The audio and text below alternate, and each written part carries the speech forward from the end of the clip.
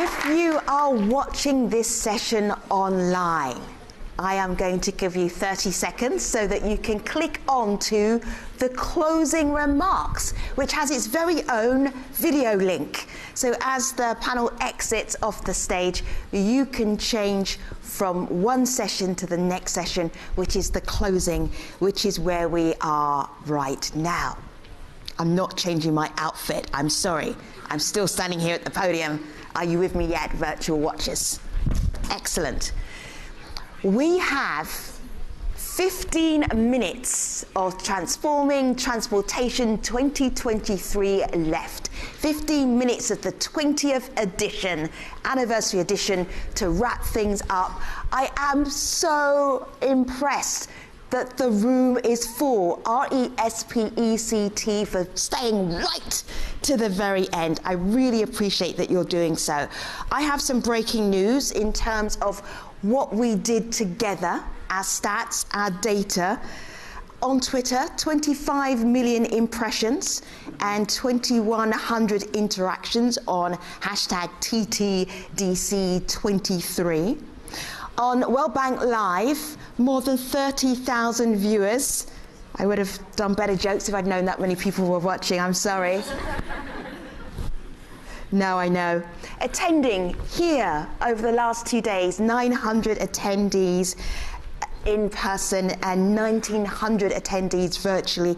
Thank you so much for your attention, your engagement, your brilliant questions, all of the panels and the sessions. I really, really appreciate you. So, closing remarks, above my pay grade, but not above the pay grade of Nicolas Pettier-Tiberge, who's the Global Director of Transport at the World Bank, and Roger van der Berg, he's the Global Director of WRI Ross Centre for Sustainable Cities. The big guns are coming in to finish us off. Thank you.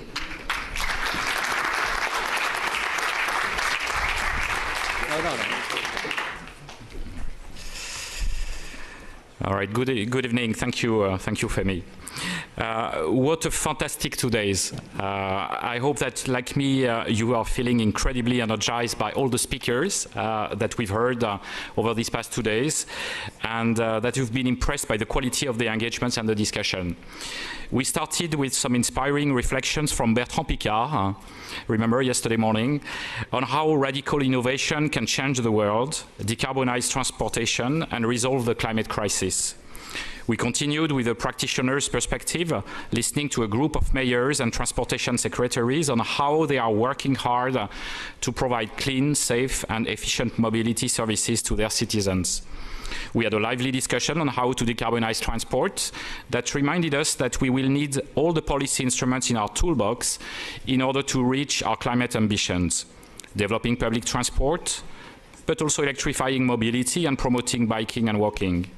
All countries and cities need to find the right mix of avoid, shift, and improve policies that can allow us to get to net zero. We heard from Prime Minister Ashi from Côte d'Ivoire and from Ousmane Diagana how logistics was critical to resolve the food crisis in Africa.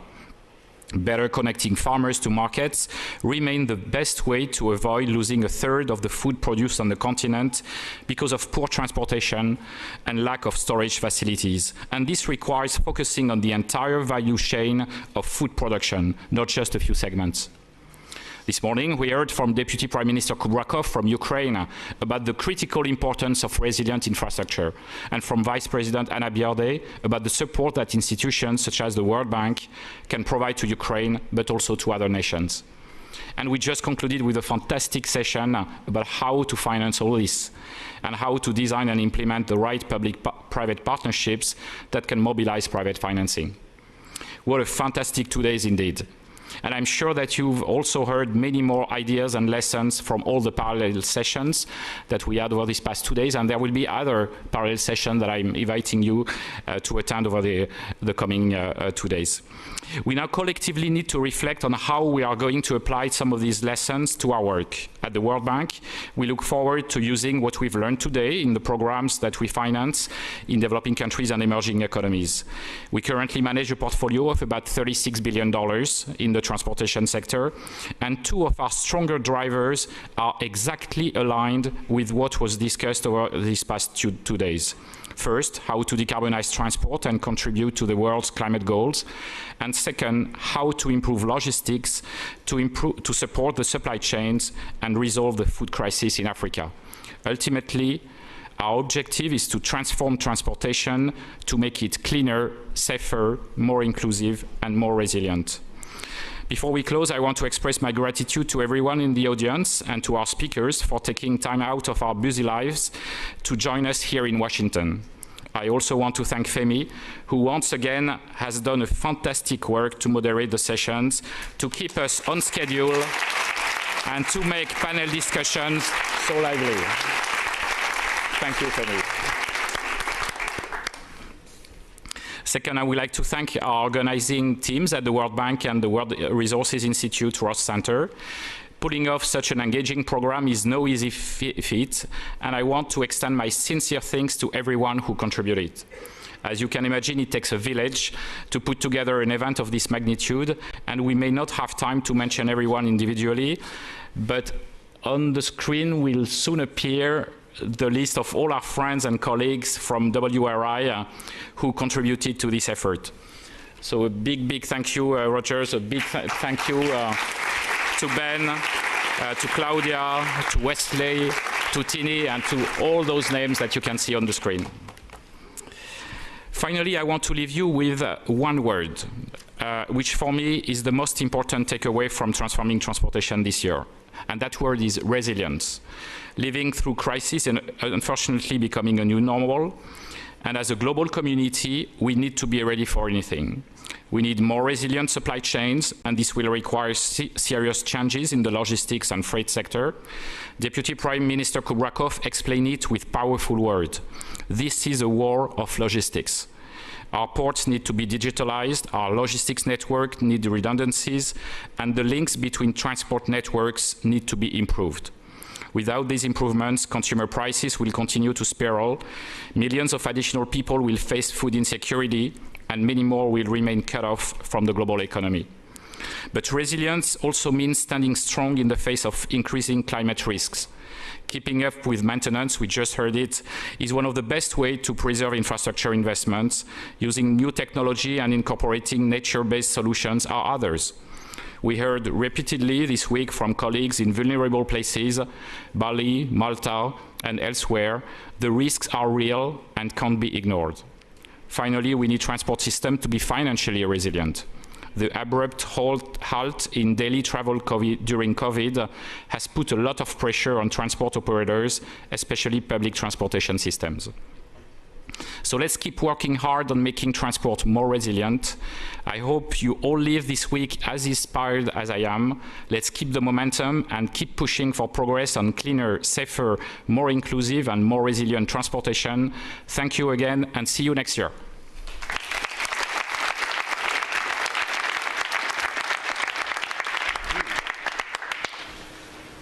Hello, how are you doing? Are you still alive after 2 days? So Nicolas and I, of course, we managed to look at our talking points to not double what we're saying, but I'm going to do one double, and that is thanking Femi again. Fearless as you are, Femi, fearless as you are. Femi says what we're thinking in the audience, and that is very much appreciated. Also, thank you to the audience virtually online joining us in these 2 days. Thank you, Nicolas, for being a partner. Thank to the World Bank for being such a partner. And I'm really looking forward for transforming transportation for the next 20 years to go.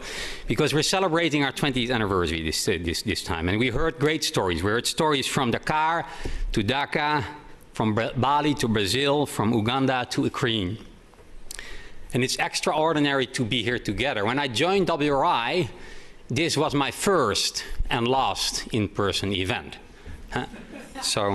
But we're back together, and it's also it's great to see that how the enormous challenges of the last 2 years actually has changed how we think about transport.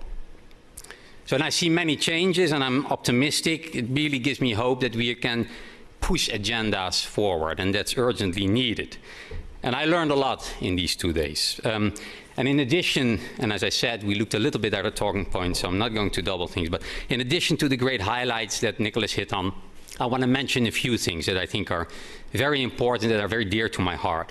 First of all, we need to scale electrification, active mobility, we heard Stientje talking about it, and many more, and public transport all together to keep warming below 1.5 degrees. And we need to continue to create an enabling environment for innovation. I hope you all remember the keynote speech of Andrew yesterday, showing what's called the Fosbury flop, the innovation by Dick Fosbury, who unfortunately passed away this week, to literally jump higher at the Olympics. And that's what we all should do. But innovation, and I'm very strong of that opinion, innovation is not only about green hydrogen and increased battery life. In the chat, I think it was yesterday in the chat, somebody asked, and I followed that on Twitter, in the chat somebody asked, what innovation should every developing country adopt? And my answer would be, make sidewalks and safe bicycle lanes on every street in the world. That will benefit us all, and it will be a true paradigm shift. Thank you, yes. And I'm a Dutchman, of course. I'm a biker, you know. I'm an avid biker, if not obsessed biker. But I truly believe in that. And we know how to do that. We know how to do that. We dove deep into paratransit, or how we call it right now, popular transit. We talked about compact cities, how land use and policy are integral to making sustainable mobility work. Behavioral change. Every single discussion that was on the table. How can we provide options? Creating inclusive and gender-sensitive workforces in transportation. And we heard about young researchers working on solutions in their towns and cities, just to mention some of the things. So when I look across those themes, I want to build on what Nicholas said about resilience. To also emphasize another theme that I saw, and that is the theme of systems approach, systems change. From actually making the electric mobility transition lead to decarbonization, to rebuilding from crisis or building new infrastructure to keep up with rapid growth, we heard time and time again about the need and the value of taking a holistic approach. An approach to transport that integrates multiple modes, that works hand in hand with the energy sector, that takes into account climate risks and indeed mitigates and resists them, that incorporates nature-based solutions, that looks across the life cycle of projects, including maintenance and high-quality operations, that incorporates feedback from users, including especially historically marginalized users like women and disabled. Don't worry, I'm almost done. I'm almost done. So as Ani Dasgupta, our president, said on day one, we have to remember that as fast as things might seem to be moving in transport, they are actually not moving fast enough. We know we are behind and need to accelerate. So we need to keep reaching out beyond our sectoral silos to shake up the normal way of doing things, to challenge each other and to solve more than one problem at a time, that integrated, holistic approach. So and we've seen at COP26, at COP27, that transport played a larger role in the conversation than ever before. But if you really look at the actual detail of how transport shows up in NDCs and climate commitments, and support for decarbonized transport is really lacking. And we have to do a lot of work together.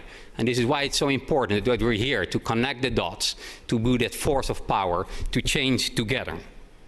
As we think about the role of transforming transportation and what role we play with this platform and what we can do from here, I would suggest that we use the excitement, at least I am very excited, and enthusiasm and the fantastic solutions we've seen as a launching point, as a push to do better at COP28, much better at COP28.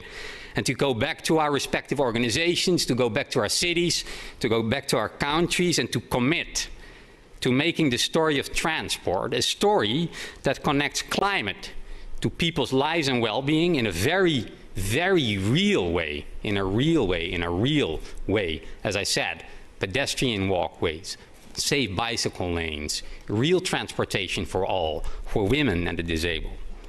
a real way, and that makes a difference to them, and that makes a difference to us. It's a matter to us, to all of us. So thank you. As you understand, I'm very excited, even after these long 2 days with so many discussions with all of you. Thank you again. I'm so inspired, and I look forward to working with you to build more inclusive, sustainable, resilient mobility for all, and looking forward for a next 20 years of transforming transportation. Thank you very much. And I really want to thank Nicholas and the World Bank team. And where's this slide? Where's this slide with the team? Yes, and I really want to, there's so many people you can say, as Nicholas said, it takes a village, but I want to thank Ben, Cholpon, Frank, Azeb, and all the plenary leads. Thank you very much for making this a success. So this was the last bit. Thanks, Nicholas. And we give it back to Femi, right? Yes. All right. Thank you very much for being here.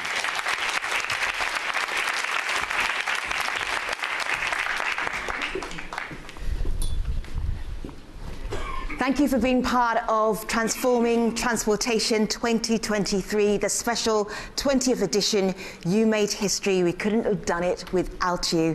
Thank you and good night.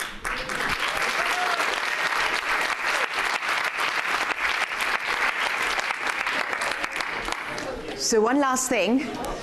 If you are part of the Transforming Transportation family and you had anything to do with the last 2 days, come on stage for a family picture.